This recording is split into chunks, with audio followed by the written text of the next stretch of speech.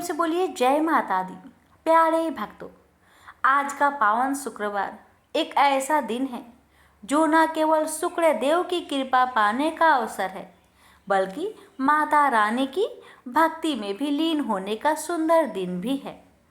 इस विशेष वीडियो में आपके लिए लेकर आई हूँ 5 अद्भुत कथाएं, जिसमें होगी शुक्र भगवान की कथा जो जीवन में सौंदर्य, सुख और वैवाहिक आनंद का आशीर्वाद देते हैं, और होगी माताओं की कथा जिनकी कृपा से हर संकट कट जाते हैं, हर मनोकामना पूर्ण होती है।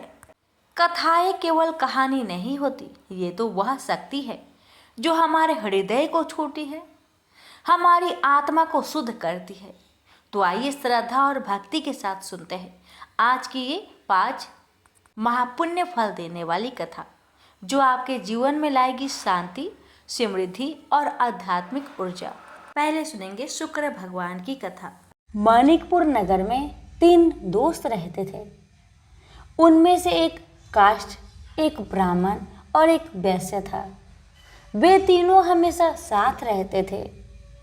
तीनों का विवाह हो चुका था। ब्राह्मण और काष्ठ के लड़के का गौना हो चुका था, लेकिन वैश्य पुत्र का भी गौना नहीं हुआ था। उनके दोस्त उसे अक्सर कहा करते थे कि दोस्त, तुम अपनी पत्नी को मायके से लेने क्यों नहीं जाते हो। अब वैश्य पुत्र धनराज ने अपनी पत्नी कुसुम को लाने का निश्चय कर लिया। दोस्तों की बात मानकर अगले ही दिन धनराज ने माता पिता से अपनी पत्नी कुसुम को लेने जाने की बात कहने लगा।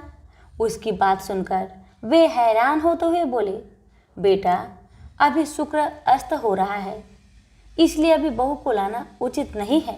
कुछ दिन ठहर जाओ, रुक जाओ, फिर पत्नी को लेकर आना। लेकिन धनराज नहीं माना। वह कुसुम को लाने ससुराल पहुंच गया। फिर होना क्या था, ससुराल में धनराज की खूब आवभगत की गई। धनराज ने कुसुम को विदा करने के लिए कहा तो उनके सास ससुर ने कहा, बेटा, अभी शुक्र अस्त हो रहा है, ऐसे में लड़की को विदा नहीं करते। कुछ दिन ठहर जाओ बेटा, फिर हम कुसुम को खुशी खुशी तुम्हारे साथ विदा कर देंगे। लेकिन धनराज वहां भी जीत पर अड़ गया। अब दामाद की जीत को देखकर सास ससुर ने भी कुसुम को विदा कर दिया।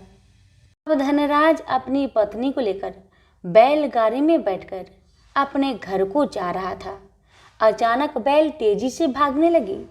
रास्ते में बड़े पत्थर से टकराने के कारण गाड़ी की पहिया टूट गया। फलस्वरूप कुसुम गिर गई। उसे काफी चोट आई। दोनों को आगे की यात्रा पैदल ही करनी पड़ी। सुनसान रास्ते से गुजरते हुए डाकुओं ने उन्हें लूट लिया। उनका सारा धन, आभूषण और वस्त्र छीन लिए।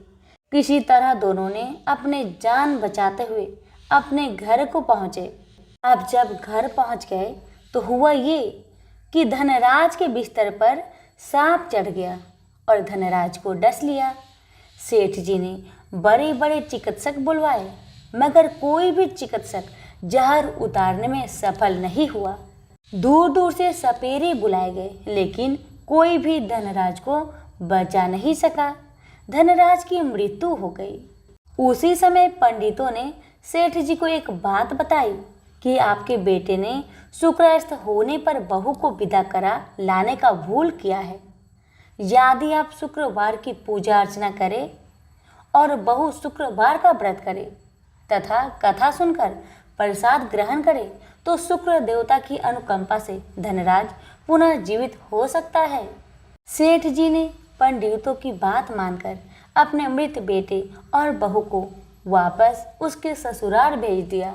कुसुम ने अपने घर में पहुंचकर अपने माता पिता को सारी कहानी बताई तो माता पिता ने कहा, बेटा, तुम चिंता मत करो, तुम शुक्रवार का व्रत श्रद्धा भक्ति के साथ करो, तुम्हारा पति जरूर ठीक होगा, भगवान पर भरोसा रखो। कुसुम ने अपने पति के लिए शुक्रवार का व्रत और पूजा पाठ किया।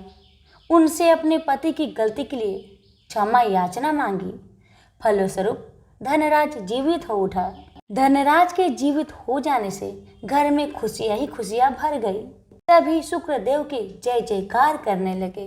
उधर धनराज के माता पिता ने जब बेटे का जीवित होने का समाचार सुना तो उन्होंने भी शुक्रवार का व्रत किया और गरीबों को अन्न, वस्त्र और धन का दान किया।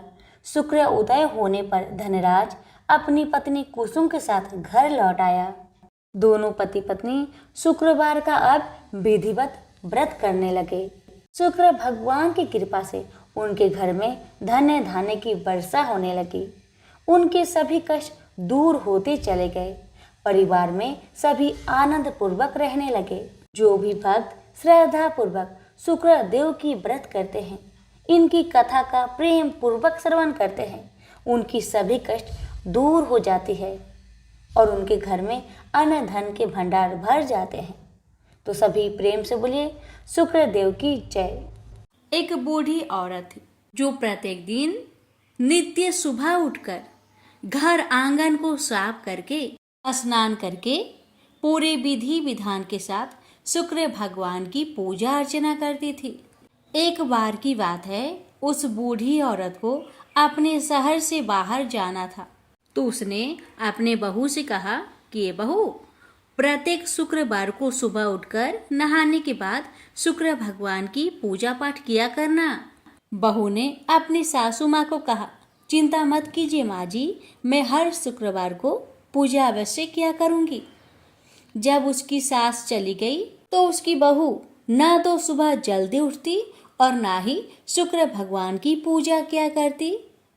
एक दिन उस बहू ने अपनी पड़ोसन से कहा कि भगवान शुक्र मुझे देखकर हंसते हैं, तुम इन्हें अपने घर ले जाओ।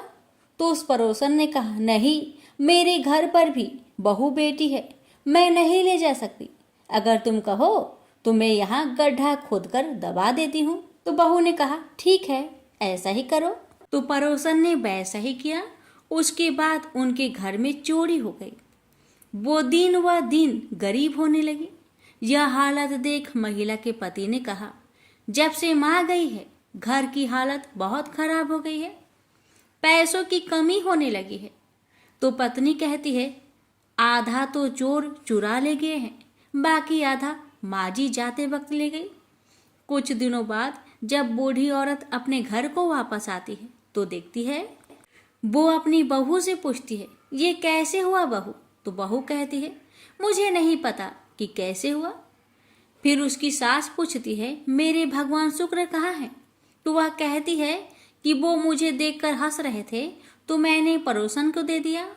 बूढ़ी औरत पड़ोसन के पास जाकर पूछती है। तब पड़ोसन बताती है कि आपकी बहू के कहे अनुसार मैंने एक गड्ढा खोदकर उसमें दबा दिए थे।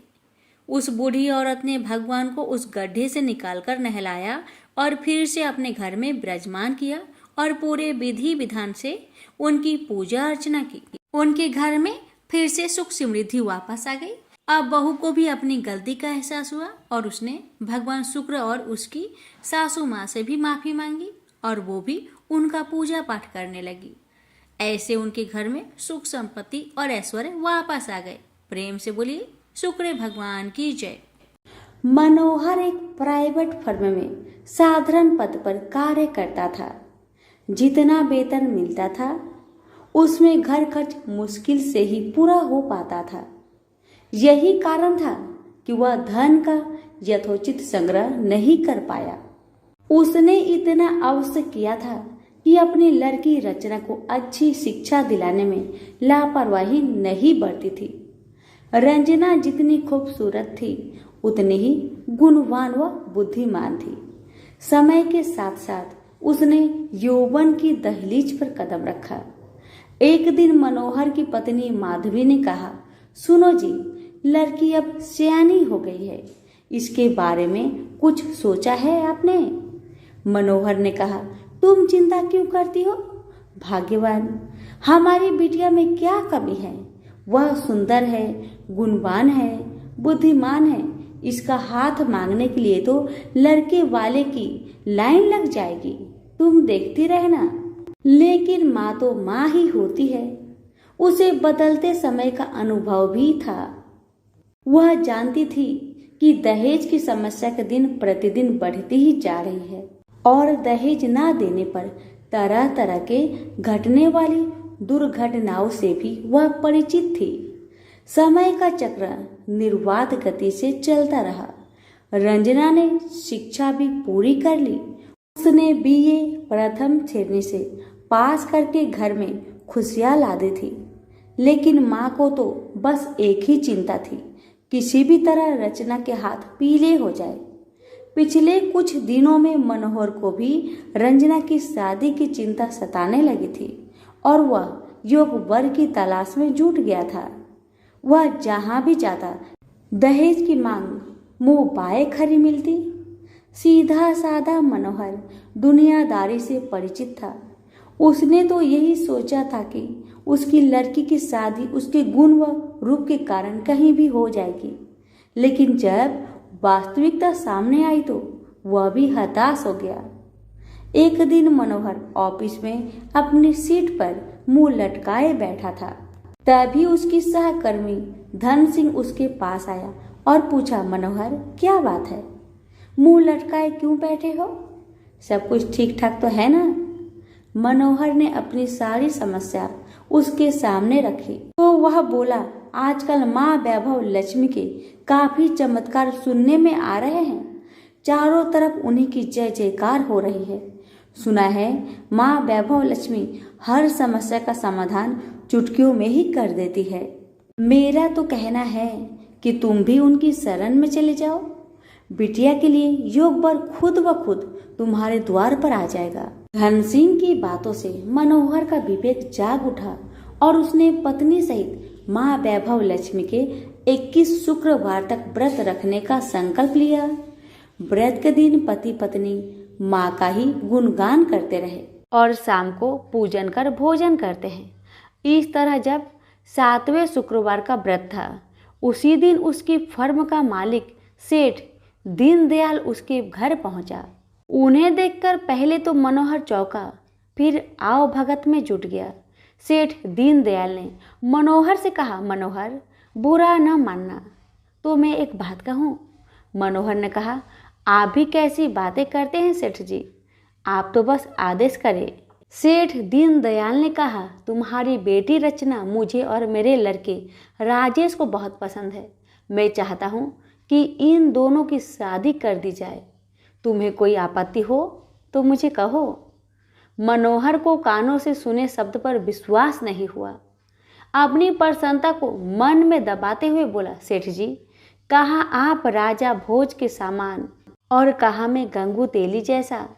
आपके सामने मेरी हैसियत ही क्या है? सेठ दीनदयाल ने उसकी बात को भांपते हुए कहा, मनोहर तुम किसी प्रकार की चिंता मत करना, यह शादी दहेज के बिना होगी। बस मुझे तो रचना जैसी गुणवान लड़की ही चाहिए। मनोहर और उसकी पत्नी माधवी ने इसे माँ का ही चमत्कार माना और एक दूसरे की तरफ देखते हुए स्वीकृति दे दी। फिर रचना की शादी बड़े धूमधाम से हुई, जिसे देखकर सभी दंग रह गए। शादी के बाद मनोहर और उसकी पत्नी 21 शुक्रवार व्रत पूरे किए। व्रत के अंतिम दिनों दोनों ने 21 कन्याओं को भोजन कराया तथा माँ वैभव लक्ष्मी का विधिवत पूजन कर व्रत कथा की 21 पुस्तकें माँ के श्रद्धालु भक्तों में बांटी। माँ की कृपा से मनोहर माधवी सुखपूर्वक रहने लगे। इधर 9 माह बाद रचना को पुत्र रत्न की प्राप्ति हुई। ये सब माँ के चमत्कार की बदौलत ही संभव हो पाया था। तो सभी मिलकर बोलिए, माँ वैभव लक्ष्मी की जय। कथा अच्छी लगे तो दूसरों को शेयर अवश्य करें। कथा। किसी गांव में अनेक लोग रहा करते थे और सभी अपने अपने कामों में मग्न रहते थे। किसी का चिंता फिक्री परवाह था ही नहीं, सब अपने से ही मतलब रखते थे। इसी कारण से भजन कीर्तन, भक्ति भाव, दया माया, परोपकार जैसे संस्कार कम हो गए। उस गांव में बुराइयां बढ़ गई थी। शराब, जुआ, रेस, व्यभिचार, चोरी डकैती वगैरह बहुत गुना शहर में होता रहता था। इसके बावजूद उस गांव में कुछ अच्छे लोग भी रहा करते थे। ऐसे ही लोगों में शीला, और उनके पति की गृहस्थी मानी जाती थी। शीला बहुत धार्मिक प्रवृत्ति की थी और उसका स्वभाव संतोषी था। उनका पति भी विवेकी और सुशील था। शीला और उसका पति कभी किसी की बुराई नहीं किया करते थे और प्रभु भजन में अच्छी तरह समय व्यतीत करते थे। शहर के लोग उनकी गृहस्थी की सराहना करते थे। देखते ही देखते दिन बीतने लगा, समय बदल गया। शीला का पति बुरे लोगों से दोस्ती कर बैठा। अब होना क्या था वो तो हम सभी जानते हैं। अच्छे संगति का असर हमेशा अच्छा ही होता है, बुरा संगति का असर हमेशा बुरा ही होता है। इसलिए हमें हमेशा अच्छे संगति से संगत रखना चाहिए, बुरे से नहीं। अब जब शीला का पति बुरे लोगों से दोस्ती कर बैठा, अब वह जल्द से जल्द करोड़पति बनने का ख्वाब देखने लगा। इसलिए वह गलत रास्ते पर चल पड़ा। फलस्वरूप वह रोडपति बन गया। कहा जाता है ना, लालच बुरी बला है, इसलिए लालच नहीं करना चाहिए। अपना ईमानदारी और मेहनत से आगे बढ़ना चाहिए। अब जब शीला का पति रोडपति बन गया, जानी रास्ते पर भटकते भिखारी जैसी उसकी हालत हो गई थी।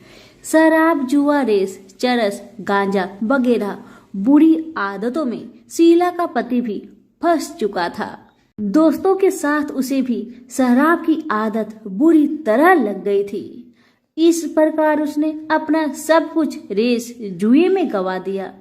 अब तो शीला अपने पति के बर्ताव से बहुत दुखी रहने लगी, किंतु उसे भगवान पर भरोसा था कि सब कुछ ठीक हो जाएगा। यही सोचकर वह अपने पति के बुरे बर्ताव को सहने लगी। शीला अपना अधिकांश समय प्रभु की भक्ति में बिताने लगी। अचानक एक दिन दोपहर को उनके द्वार पर किसी ने दस्तक दिया। शीला ने द्वार खोलकर देखा कि एक माजी खड़ी थी। उनके चेहरे पर अलौकिक तेज निखर रहा था। उनकी आंखों में से मानो अमृत की वर्षा हो रहा था। उनका भव्य चेहरा करुणा और प्यार से छलक रहा था। उनको देखते ही शीला के मन में अपार शांति छा गई। सारी चिंता मिट गई। शीला के रोम रोम में आनंद छा गया। शीला उस माजी को आदर के साथ अपने घर ले आई। दुख का बात यह था कि शीला के घर में बैठाने के लिए कुछ भी नहीं था कि माजी को किस पर बैठाया जाए। बेचारी यह सोच विचार के उसने एक सकुचाकर एक फटी हुई चादर पर उनको बिठाया और शीला ने कहा, माजी, मेरे घर में और कुछ भी नहीं है जो मैं आपको बैठा सकूं, इसलिए माँ मुझे माफ करना, मैं आपको फटी हुई चादर पर बैठा रही हूँ।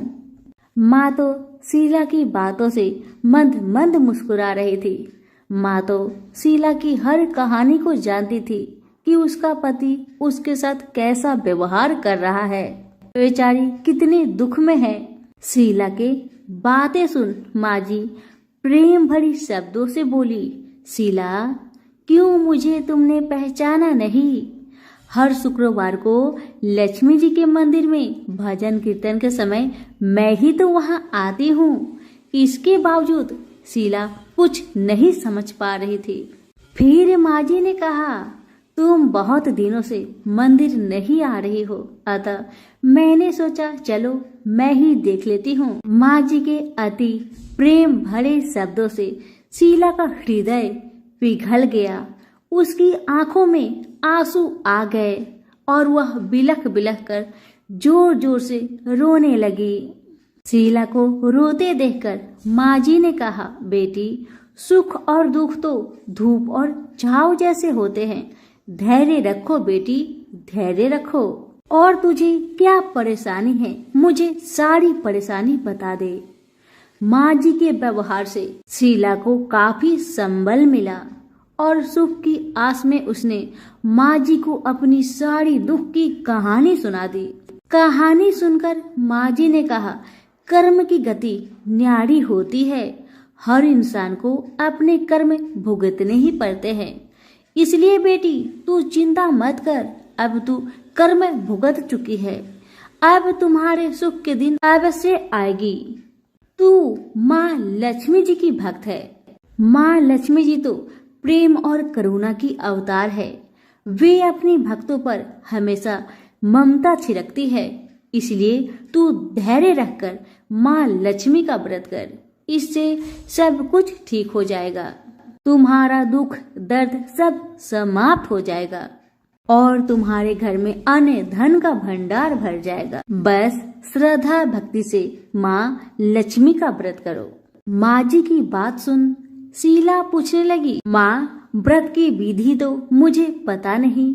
तब माँ जी ने उसे व्रत की सारी विधि भी बताई। माँ जी ने कहा, बेटी माँ लक्ष्मी जी का व्रत बहुत सरल है। उसे वर लक्ष्मी व्रत या वैभव लक्ष्मी व्रत कहा जाता है। यह व्रत करने वाले की सब मनोकामना पूरी होती है। वह सुख संपत्ति और यश प्राप्त करता है। शीला यह सब सुनकर आनंदित हो उठी। शीला ने संकल्प करके आंखें खोली तो सामने कोई नहीं था। वह विस्मित हो गई कि माँ जी कहाँ गई? अभी तो माँ जी मेरे सामने खड़ी थी। शीला को तत्काल यह समझने में देर नहीं लगी कि माँ जी कोई और नहीं, साक्षात माँ लक्ष्मी ही थी। दूसरे दिन शुक्रवार था। सवेरे स्नान करके स्वच्छ कपड़े पहनकर शीला ने माँ जी द्वारा बताई विधि से पूरे मन से श्रद्धा भक्ति से व्रत किया और आखिर में प्रसाद वितरण हुआ। यह प्रसाद पहले पति को खिलाया। प्रसाद खाते ही पति के स्वभाव में फर्क पड़ गया। माँ लक्ष्मी की कृपा से उसका पति जिस दिन प्रसाद खाया उस दिन अपनी पत्नी को मारा पीटा नहीं, सताया भी नहीं। शीला को बहुत अच्छा लगा। शीला के मन में तो अब पहले से भी ज्यादा वैभव लक्ष्मी व्रत के लिए श्रद्धा बढ़ गई। शीला ने पूर्ण श्रद्धा भक्ति के साथ 21 शुक्रवार तक वैभव लक्ष्मी व्रत किया। 21वें शुक्रवार को माँ जी के कहे मुताबिक उद्धापन विधि करके 7 स्त्रियों को वैभव लक्ष्मी व्रत की 7 पुस्तक उपहार में दी। फिर माता जी के धन लक्ष्मी स्वरूप की छवि को बंधन करके भाव से मन ही मन प्रार्थना करने लगी, हे माँ धन लक्ष्मी, मैंने आपका वैभव लक्ष्मी व्रत करने की मन्नत मानी थी। वह व्रत आज पूर्ण किया है। हे माँ, मेरी हर विपत्ति को दूर करो, हमारा सबका कल्याण करो। जिसे संतान ना हो माँ उसे संतान देना। सौभाग्यवती स्त्री का सौभाग्य को माँ अखंड रखना। कुंवारी लड़कियों को मन भावन पति देना। जो आपका यह चमत्कारी वैभव लक्ष्मी व्रत करे उनकी सब विपत्ति को दूर करना, सभी को सुखी रखना। हे माँ, आपकी महिमा अपार है। ऐसा बोलकर लक्ष्मी जी के धन लक्ष्मी स्वरूप की छवि को प्रणाम किया। व्रत के प्रभाव से शीला का पति अच्छा इंसान बन गया और अब शीला का पति मेहनत करके व्यवसाय करने लगा। उसने तुरंत शीला के गिरवी रखे गहने छुड़ा लिए। घर में धन की बाढ़ सी आ गई। घर में पहले जैसी सुख शांति छा गई। वैभव लक्ष्मी व्रत का प्रभाव देखकर मोहल्ले की दूसरी स्त्रियां भी विधि पूर्वक वैभव लक्ष्मी व्रत करने लगी। सभी प्रेम से बोले, वैभव लक्ष्मी माता की जय हो। आइए अब जानते हैं वैभव लक्ष्मी व्रत का उद्धापन विधि। 7, 11 या 21 जितने भी शुक्रवार की मन्नत मांगी हो उतने शुक्रवार तक यह व्रत पूरी श्रद्धा तथा भावना के साथ करना चाहिए। आखिरी शुक्रवार को इसका शास्त्रीय विधि के अनुसार उद्धापन करना चाहिए। आखिरी शुक्रवार को प्रसाद के लिए खीर बनानी चाहिए। जिस प्रकार हर शुक्रवार को हम पूजन करते हैं, वैसे ही करना चाहिए। पूजन के बाद माँ के सामने एक श्रीफल फोड़े, फिर कम से कम 7 कुंवारी कन्या या सौभाग्यशाली स्त्रियों को कुमकुम का तिलक लगाकर माँ वैभव लक्ष्मी व्रत कथा की किताब की एक एक प्रति उपहार में देनी चाहिए और सबको खीर का प्रसाद देना चाहिए। इसके बाद माँ लक्ष्मी जी को श्रद्धा सहित प्रणाम करना चाहिए। फिर माता जी के धन लक्ष्मी स्वरूप की छवि को वंदन करके भाव से मन ही मन प्रार्थना करें, हे माँ धन लक्ष्मी, मैंने आपका वैभव लक्ष्मी व्रत करने की मन्नत मानी थी। यह व्रत आज पूर्ण किया है। हे माँ, हमारी मनोकामना पूर्ण करे, हमारी हर विपत्ति को दूर करे, हम सबका कल्याण करे। जिसे संतान ना हो उसे संतान देना, सौभाग्यवती स्त्री का सौभाग्य अखंड रखना, कुंवारी लड़की को मन भावन पति देना। जो आपका यह चमत्कारी वैभव लक्ष्मी व्रत करे उनकी सब विपत्ति दूर करना, सभी को सुखी करना। हे माँ, आपकी महिमा अपार है, आपकी जय हो। ऐसा बोलकर लक्ष्मी के धन लक्ष्मी स्वरूप की छवि को प्रणाम करे। सभी प्रेम से बोलिए, वैभव लक्ष्मी माता की जय हो। एक समय की बात है, काशी निवासी धनंजय की पत्नी का नाम सुलक्षणा था। उसे अन्य सब सुख प्राप्त थे, केवल निर्धनता ही उसके दुख का एकमात्र कारण था। यह दुख उसे हर समय सताता रहता था। एक दिन सुलक्षणा पति से बोली, स्वामी, आप कुछ उद्यम करो तो काम चले, इस प्रकार कब तक काम चलेगा? सुलक्षणा की बात धनंजय के मन में बैठ गई और वह उसी दिन विश्वनाथ शंकर जी को प्रसन्न करने के लिए बैठ गया और कहने लगा, हे देवाधिदेव विश्वेश्वर, मुझे पूजा पाठ कुछ नहीं आता है, केवल आपके भरोसे बैठा हूँ। इतनी विनती करके वह 2-3 दिन भूखा प्यासा बैठा रहा। यह देखकर भगवान शंकर उसके कानों में अन्नपूर्णा अन्नपूर्णा अन्नपूर्णा इस प्रकार 3 बार कहा। यह कौन क्या कह गया? इसी सोच में धनंजय पड़ गया कि मंदिर से आते ब्राह्मणों को देखकर पूछने लगा, पंडित जी, अन्नपूर्णा कौन है? ब्राह्मणों ने कहा, तू अन्न छोड़ बैठा है, सो तुझे अन्न की ही बात सूझती है। जा घर जाकर अन्न ग्रहण कर। धनंजय घर गया, स्त्री से सारी बात कही। वह बोली, नाथ, चिंता मत करो, स्वयं शंकर जी ने आपको यह मंत्र दिया है, वे स्वयं ही खुलासा करेंगे, आप फिर जाकर उनकी आराधना करो। धनंजय फिर जैसा कि तैसा पूजा में बैठ गया। रात्रि में शंकर जी ने आज्ञा दी और कहा, तू पूर्व दिशा में चला जा। वह अन्नपूर्णा का नाम जपता जाता और रास्ते में फल खाता, झरनों का पानी पीता जाता। इस प्रकार कितने ही दिनों तक चलता गया। वहां उसे चांदी सी चमकती वन की शोभा देखने में आई। सुंदर सरोवर देखने में या उसके किनारे कितनी ही अप्सराएं झुंड बनाए बैठी थी। एक कथा सुनती और सब मिलकर माँ अन्नपूर्णा इस प्रकार बार बार कहती थी। यह अगहन मास की उजेली रात्रि थी और आज से ही व्रत का आरंभ था। जिस शब्द की खोज करने वहां निकला था वह उसे वहां सुनने को मिला। धनंजय ने उनके पास जाकर पूछा, हे देवियों, आप यह क्या करती हो? उन सब ने कहा, हम सब माँ अन्नपूर्णा का व्रत करती हैं।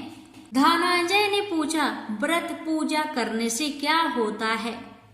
यह किसी ने किया भी है? इसे कब किया जाए? कैसा व्रत है और कैसी विधि है? मुझसे भी विस्तार से बताओ। वे कहने लगे, इस व्रत को सब कोई कर सकते हैं। 21 दिन तक के लिए 21 गांठ का सूत लेना चाहिए। 21 दिन यदि ना बने तो एक दिन उपवास करे, या भी ना बने तो केवल कथा सुनकर प्रसाद ले। निराहार रहकर कथा कहे, कथा सुनने वाला कोई ना मिले तो पीपल के पत्तों को रख सुपारी या घृत कुमारी वृक्ष को सामने कर, दीपक को साक्षी कर, सूर्य गाय तुलसी या महादेव को बिना कथा सुनाए मुख में दाना न डाले। यदि भूल से कुछ पड़ जाए तो एक दिवस फिर उपवास करे। व्रत के दिन क्रोध ना करे और झूठ ना बोले। धनंजय बोला, इस व्रत के करने से क्या होगा? वे कहने लगी, इसके करने से अंधों को नेत्र मिले, लुल्लू को हाथ मिले, निर्धन के घर धन आए, बाझीन को संतान मिले, मूर्ख को विद्या आए। जिस कामना से व्रत करे माँ उसकी इच्छा पूरी करती है। वह कहने लगा, बहिनों, मेरे पास भी धन नहीं है, विद्या नहीं है, कुछ भी तो नहीं है। मैं तो दुखिया ब्राह्मण हूँ, मुझे इस व्रत का सूत दोगी? हाँ भाई, तेरा कल्याण हो, हम तुम्हें अवश्य देंगे। ले इस व्रत का मंगल सूत्र ले। धनंजय ने व्रत किया, व्रत पूरा हुआ। तभी सरोवर में से 21 खंड की स्वर्ण सीरी हीरा मोती जरी हुई प्रकट हुई। धनंजय अन्नपूर्णा अन्नपूर्णा कहता जाता था। इस प्रकार कितनी ही सीढ़ियां उतर गया तो क्या देखता है कि करोड़ों सूर्य से प्रकाशमान अन्नपूर्णा का मंदिर है। उसके सामने स्वर्ण सिंहासन पर माता अन्नपूर्णा विराजमान है। सामने भिक्षा हेतु शंकर भगवान खड़े हैं। देवंगनाएं चवर डुलाती है, कितने ही हथियार बंधे पहरा देती हैं। धनंजय दौड़कर जगदम्बा के चरणों में गिर गया। देवी उसके मन का कलेश जान गई। धनंजय कहने लगा, माता, आप तो अंतर्यामी हो, आपको अपनी दशा क्या बताओ? माता बोली, मेरा व्रत किया है, क्या संसार तेरा सत्कार करेगा। माता ने धनंजय की जिह्वा पर बीज मंत्र लिख दिया। अब तो उसके रोम रोम में विद्या प्रकट हो गई। इतने में क्या देखता है कि वह काशी विश्वनाथ के मंदिर में खड़ा है। माँ का वरदान ले धनंजय घर आया। सुलक्षणा से सब बात कही। माता जी की कृपा से उसके घर में संपत्ति उमड़ने लगी। छोटा सा घर बहुत बड़ा गिना जाने लगा। जैसे शहद के छत्ते में मक्खियां जमा होती है, उसी प्रकार अनेक सगे संबंधी आकर उसकी बड़ाई करने लगे। कहने लगे, इतना धन और इतना बड़ा घर, सुंदर संतान नहीं तो इस कमाई का कौन भोग करेगा। सुलक्षणा से संतान नहीं है, इसलिए तुम दूसरा विवाह करो। अनिच्छा होते हुए भी धनंजय को दूसरा विवाह करना पड़ा और सती सुलक्षणा को सौत का दुख उठाना पड़ा। इस प्रकार दिन बीतते गए। फिर अगहन मास आया। नए बंधन से बंधे पति से सुलक्षणा ने कहलाया कि हम व्रत के प्रभाव से सुखी हुए हैं, इस कारण यह व्रत छोड़ना नहीं चाहिए। यह माता जी का प्रताप है जो हम इतने संपन्न और सुखी हैं। सुलक्षणा की बात सुन धनंजय उसके यहाँ आया और व्रत में बैठ गया। नई बहू को इस व्रत की खबर नहीं थी। वह धनंजय के आने की राह देख रही थी। दिन बीतते गए और व्रत पूर्ण होने में 3 दिवस बाकी थे कि नई बहू को खबर पड़ी। उसके मन में ईर्ष्या की ज्वाला दहक रही थी। सुलक्षणा के घर आ पहुंची और उसने वहां भगदड़ मचा दी। वह धनंजय को अपने साथ ले गई। नए घर में धनंजय को थोड़ी देर के लिए निद्रा ने आ दबाया। इसी समय नई बहू ने उसका व्रत का सूत तोड़कर आग में फेंक दिया। अब तो माता जी का कोप जाग गया। घर में अकस्मात आग लग गई। सब कुछ जलकर खाक हो गया। सुलक्षणा जान गई और पति को फिर अपने घर ले आई। नई बहू रूठकर पिता के घर जा बैठी। पति को परमेश्वर मानने वाली सुलक्षणा बोली, नाथ घबराना नहीं, माता जी की कृपा अलौकिक है। पुत्र कुपुत्र हो जाता है, पर माता कुमाता नहीं होती। अब आप श्रद्धा और भक्ति से आराधना शुरू करो, वे जरूर हमारा कल्याण करेगी। धनंजय फिर माता के पीछे पड़ गया। फिर वही सरोवर सीढ़ी प्रकट हुई, उसमें माँ अन्नपूर्णा कहकर वह उतर गया। वहां जा माता जी के चरणों में रुदन करने लगा। माता प्रसन्न हो बोली, यह मेरी स्वर्ण की मूर्ति ले, उसकी पूजा करना, तो फिर सुखी हो जाएगा। जा, तुझे मेरा आशीर्वाद है। तेरी स्त्री सुलक्षणा ने श्रद्धा से मेरा व्रत किया है, उसे मैंने पुत्र दिया है। धनंजय ने आंखें खोली तो खुद को काशी विश्वनाथ के मंदिर में खड़ा पाया। वहां से फिर उसी प्रकार घर को आया। इधर सुलक्षणा के दिन चढ़े और महीने पूरे होते ही पुत्र का जन्म हुआ। गांव में आश्चर्य की लहर दौड़ पड़ी। इस प्रकार उसी गांव के निसंतान सेठ के पुत्र होने पर उसने माता अन्नपूर्णा का मंदिर बनवा दिया। उसमें माताजी धूमधाम से पधारी, यज्ञ किया और धनंजय को मंदिर के आचार्य का पद दे दिया। जीविका के लिए मंदिर की दक्षिणा और रहने के लिए बड़ा सुंदर सा भवन दिया। धनंजय स्त्री पुत्र सहित वहां रहने लगा।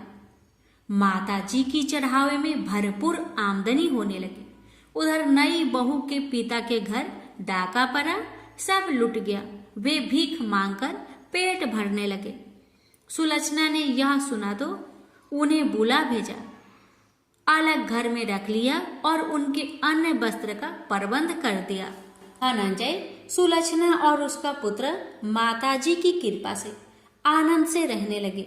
माताजी ने जैसे इनके भंडार भरे वैसे सबके भंडार भरे। प्रेम से बोलिए, अन्नपूर्णा माता जी की जय। हर हर महादेव। माता पार्वती की जय। एक बुढ़िया माई थी, उसके 7 लड़के थे। 6 कमाने वाले थे और एक निकम्मा था, कमाता कुछ नहीं था। बुढ़िया माई अपने 6 बेटों के लिए भोजन बनाती थी और उनको भोजन कराती, और उनसे जो कुछ जूठन बचती वह 7वें बेटे को देती थी। एक दिन 7वां बेटा अपनी पत्नी से बोला, देखो मेरी माँ को मुझ पर कितना प्रेम है। वह बोली, क्यों नहीं, सबका जो जूठा तुमको खिलाती है। वह बोला, ऐसा नहीं हो सकता। मैं जब तक अपनी आंखों से ना देख लूं, मैं मान नहीं सकता कि मेरी माँ मेरे साथ ऐसा कर सकती है। कुछ दिन बाद त्योहार आया। घर में 7 प्रकार के भोजन और चूरमे के लड्डू बने। अब सबसे छोटे लड़के ने, यानी कि 7वें लड़के ने, अपना सिर दुखने का बहाना बनाया और पतला चादर ओढ़कर रसोई घर में सो गया, ये देखने के लिए कि मेरी माँ मुझे जूठे भोजन देती है या फिर बनाई हुई ताजी भोजन देती है। लड़का झूठ मूठ का सोने के नाटक करके रसोई घर में सोया हुआ है। वह पतले चादर के अंदर से सब कुछ देख रहा था। तभी 6 भाई भोजन करने आए। उसने देखा माँ ने उनके लिए सुंदर आसन बिछाया, नाना प्रकार की रसोई परोसी और आग्रह करके उन्हें जिमाया, और वह देखता रहा। तब 6 भाइयों ने भोजन करके उठा। तब माँ ने क्या किया कि उनकी बची हुई भोजन, जूठी भोजन थालियों में से इकट्ठा करके सभी लड्डुओं के टुकड़ों को उठाकर एक लड्डू बनाया और सभी जूठन को साफ करके बुढ़िया ने अपने सबसे छोटे लड़के को पुकारा, बेटा 6 भाई भोजन करके चले गए, अब तू ही बाकी है, उठ और खाना खा ले। तब वह बेटा कहने लगा, माँ मुझे आज भूख नहीं लगा है, मुझे भोजन नहीं करना, मैं अब जहाँ नहीं रहूंगा, मैं परदेश चला जाऊंगा। अपने बेटे की बातें सुन माँ ने कहा, बेटा तू कल जाना चाहता है ना, कल क्यों जाएगा, तुम आज ही चला जा। तब बेटा बोला, हाँ माँ मैं आज ही चला जा रहा हूँ। यह कहकर वह घर से निकल गया। चलते समय पत्नी की याद आई। वह गौशाला में उपले थाप रही थी। वहां जाकर वह बोला, हम जावे परदेश, आवेंगे कुछ काल, तुम रहियो संतोष से, धर्म अपनो पाल। पत्नी बोली, जाओ पिया आनंद से, हमरो सोच हटाए। राम भरोसे हम रहे, ईश्वर तुम्हें सहाय। दो निशानी आपन, देख धरो में धीर। सुधी मती हमारी, बिसारियो रखियो मन गंभीर। पति बोला, मेरे पास तो कुछ नहीं, यह अंगूठी है, सुले और अपनी कुछ निशानी मुझे भी दे। पत्नी बोली, मेरे पास क्या है, यह गोबर से भरा हाथ। यह कहकर पति की पीठ पर गोबर के हाथ की थाप मार दी। अब पति चल दिया। चलते चलते दूर देश पहुंचा। वहां एक साहूकार की दुकान थी। वहां जाकर कहने लगा, भाई मुझे नौकरी पर रख लो। साहूकार को जरूरत थी तो वह बोला, रह जाओ। लड़के ने पूछा, तनख्वाह क्या दोगे? तो साहूकार ने कहा, तुम्हारा काम देखकर तब हम दाम देंगे। साहूकार की नौकरी मिली। वह सुबह 7 बजे से 10 बजे तक नौकरी करने लगा।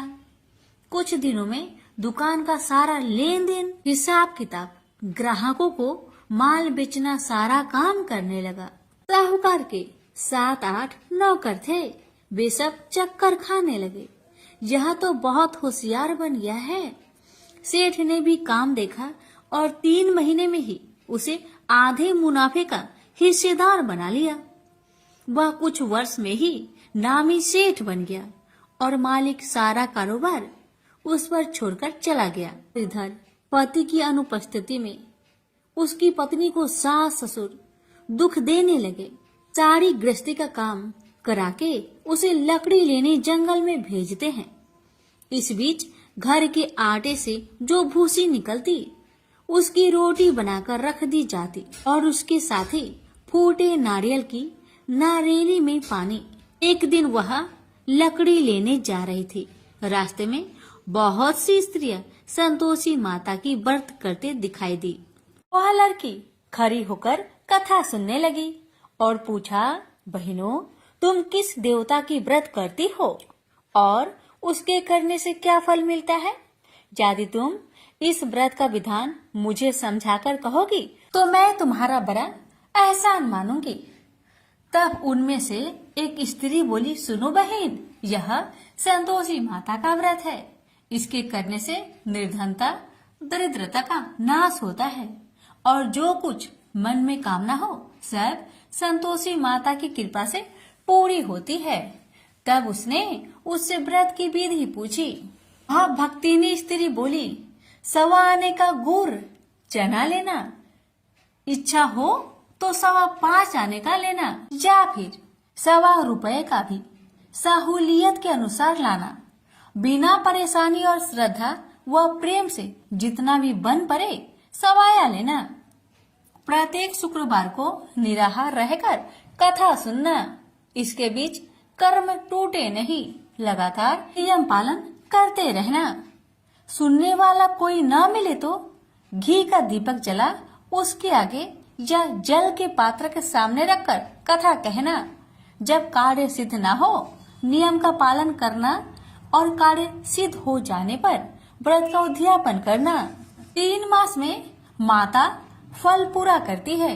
यदि किसी के ग्रह खोटे भी हो तो भी माता वर्ष भर में कार्य सिद्ध करती है। फल सिद्ध होने पर उद्यापन कर लेना चाहिए, बीच में नहीं। उद्यापन में 2.5 सेर आटे का खाजा तथा इसी परिमाण में खीर तथा चने का साग करना। 8 लड़कों को भोजन कराना। जहाँ तक मिले देवर जेठ भाई बंधु के हो, न मिले तो रिश्तेदारों और पास पड़ोसियों को बुलाना। उन्हें भोजन करा, यथाशक्ति दक्षिणा दे। माता का नियम पूरा करना। उस दिन घर में खटाई न खाना। यह सुन बुढ़िया माई के लड़के की बहू चल दी। रास्ते में लकड़ी की बोझ को बेच दिया और उन पैसों से गुड़ चना ले माता की व्रत की तैयारी कर आगे चली और सामने मंदिर देखकर पूछने लगी, यह मंदिर किसका है? सब कहने लगे, संतोषी माता का मंदिर है। यह सुनकर माता के मंदिर में जाकर चरणों में लौटने लगी। दीन हो विनती करने लगी, माँ मैं निपट अज्ञानी हूँ, व्रत के कुछ भी नियम नहीं जानती। मैं दुखी हूँ, हे माँ जगत जननी मेरा दुख दूर कर। मैं तेरी शरण में आई हूँ। माता को दया आई। एक शुक्रवार बीता कि दूसरे को उसके पति का पत्र आया और तीसरे शुक्रवार को उसका भेजा हुआ पैसा आ पहुंचा। यह देख जेठ जेठानी मुंह से रोकने लगी। लड़के ताने देने लगे। काकी के पास पत्र आने लगे, रुपया आने लगा। अब तो काकी की खातिर बढ़ेगी। बेचारी सरलता से कहती, भैया कागज आवे रुपया आवे, हम सब के लिए अच्छा है। ऐसा कहकर आंखों में आंसू भरकर संतोषी माता के मंदिर में आ मातेश्वरी के चरण में गिरकर रोने लगी। माँ मैंने तुमसे पैसा कब मांगा है माँ? मुझे पैसे से क्या काम है माँ? मुझे तो अपने सुहाग से काम है। मैं तो अपनी स्वामी के दर्शन मांगती हूँ माँ। तब माता ने प्रसन्न होकर कहा, जा बेटी तेरा स्वामी आएगा। यह सुनकर खुशी से बावली होकर घर जा पहुंची। अपना काम काज करने लगी। अब संतोषी माँ विचार करने लगी, इस भोली पुत्री को मैंने कह तो दिया कि तेरा पति आएगा, लेकिन कैसे? वह तो इसे सपने में भी याद नहीं करता। उसे याद दिलाने को मुझे ही जाना पड़ेगा। इस तरह माता जी उस बुढ़िया के बेटे के पास जा सपना में प्रकट हो कहने लगी, साहूकार के बेटे तुम सो रहा है या जागता है? वह कहने लगा, माता मैं सोता भी नहीं जागता भी नहीं, कहो क्या आज्ञा है? माता कहने लगी, तेरे घर बार कुछ है कि नहीं? वह बोला, मेरे पास सब कुछ है माँ। माँ बाप है, पत्नी है, क्या कमी है माँ? माँ बोली, भोले पुत्र तेरी पत्नी घोर कष्ट उठा रही है। तेरे माँ बाप उसे परेशान कर रहे हैं। वह तेरे लिए तरस रही है, तू उसकी सुधि ले। वह बोला, हाँ माता जी यह तो मालूम है, परंतु जाऊं तो कैसे? परदेश की बात है, लेन देन का कोई हिसाब नहीं है, कोई जाने का रास्ता भी नहीं आता, कैसे चला जाऊं? माँ कहने लगी, मेरी बात मान, सवेरे नहा धोकर संतोषी माता का नाम ले, घी का दीपक जला, दंडवत कर दुकान पर बैठ। देखते देखते तेरा सारा लेन देन चुक जाएगा, जमा का माल बिक जाएगा, साज होते होते धन का भारी ढेर लग जाएगा। माता की बात मानकर वह नहा धोकर संतोषी माता को दंडवत घी का दीपक जला। थोड़ी देर में देने वाले रुपए लाने लगे, लेने वाले हिसाब लेने लगे। कोठे में भरे सामान की खरीदारी नगद दाम में दे सौदा करने लगे। शाम तक धन का भारी ढेर लग गया। मन में माता का नाम ले चमत्कार देख प्रसन्न होकर घर ले जाने के वास्ते गहना कपड़ा सामान खरीदने लगा। यह काम से निपट तुरंत घर को रवाना हुआ।